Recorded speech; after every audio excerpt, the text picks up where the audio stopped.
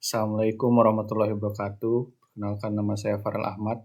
Di sini saya akan menjelaskan tugas Orkom yang diberi oleh dosen pengampu saya, yaitu Ibu Marisa Pertiwi.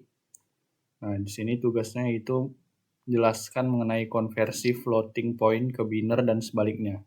Langsung saja kita bahas. Yang pertama ingin saya sampaikan yaitu pendahuluan. Floating point adalah cara merepresentasikan bilangan desimal dalam kurung pecahan di komputer menggunakan biner. Format ini digunakan untuk menyimpan angka yang sangat besar atau sangat kecil dengan presisi tertentu, seperti 3,14159 atau 0,000123. Konsep floating point mencakup representasi angka dalam bentuk eksponensial, mirip dengan notasi ilmiah, tapi menggunakan basis 2. Nah, IEEE 754 adalah standar untuk representasi bilangan floating point dalam komputer.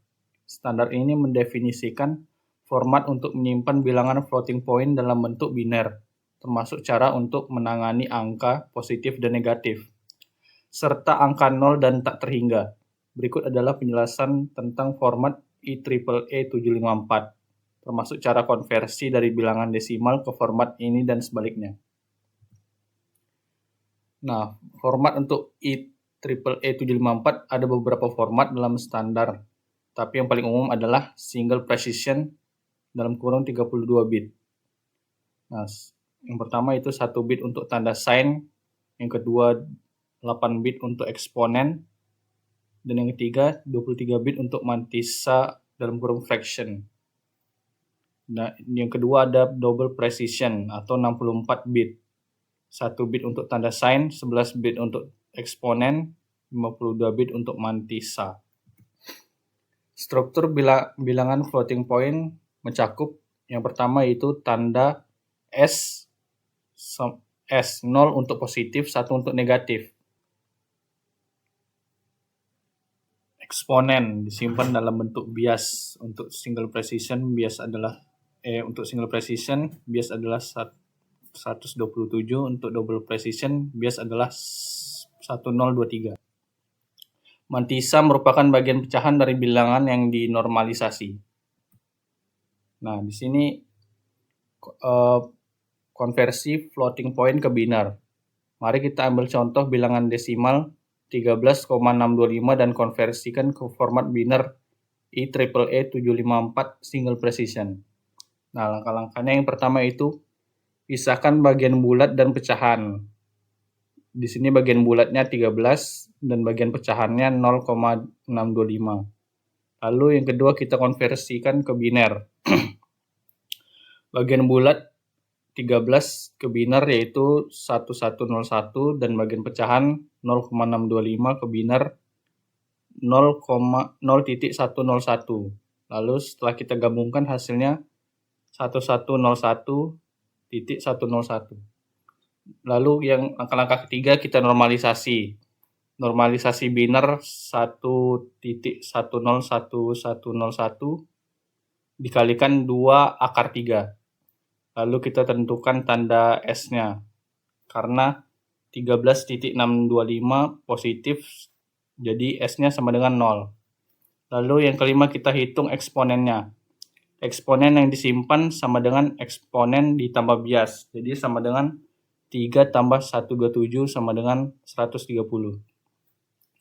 Dalam biner 130 itu 1000010.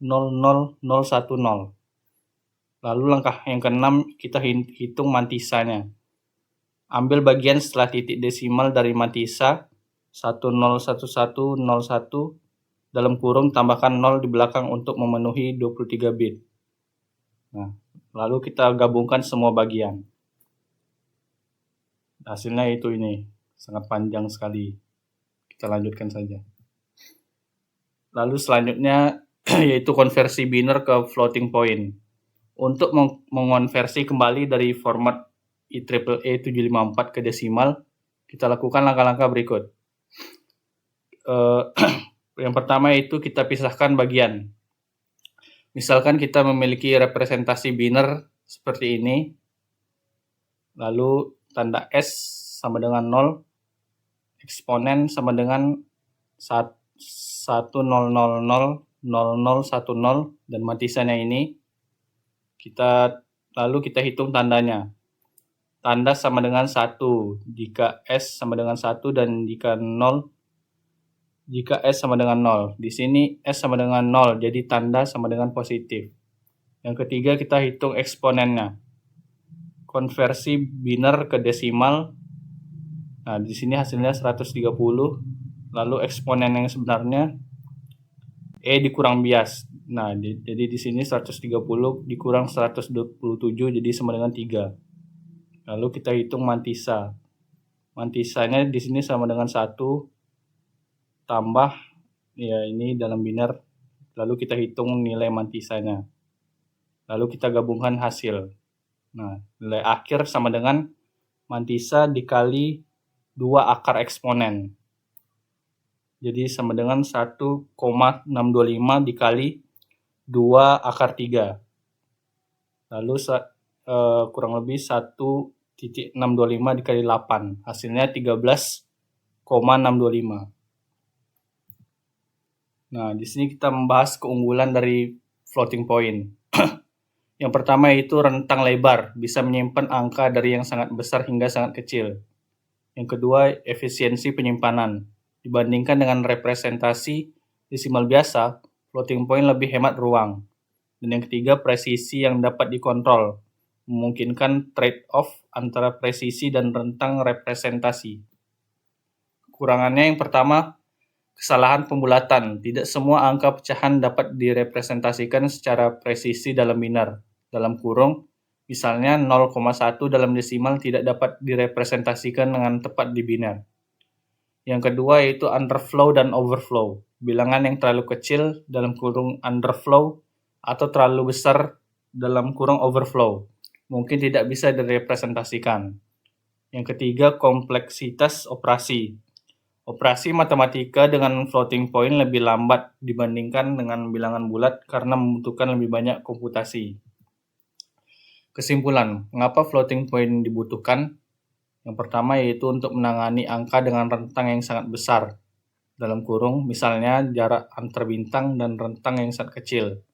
Dalam kurung misalnya ukuran atom, tanpa kehilangan presisi. Yang kedua itu membantu komputer menyimpan bilangan pecahan atau angka dengan banyak digit desimal secara efisien. Nah, kurang lebih seperti itu saja yang dapat saya sampaikan. Wabillahi taufiq wal hidayah. Wassalamualaikum warahmatullahi wabarakatuh.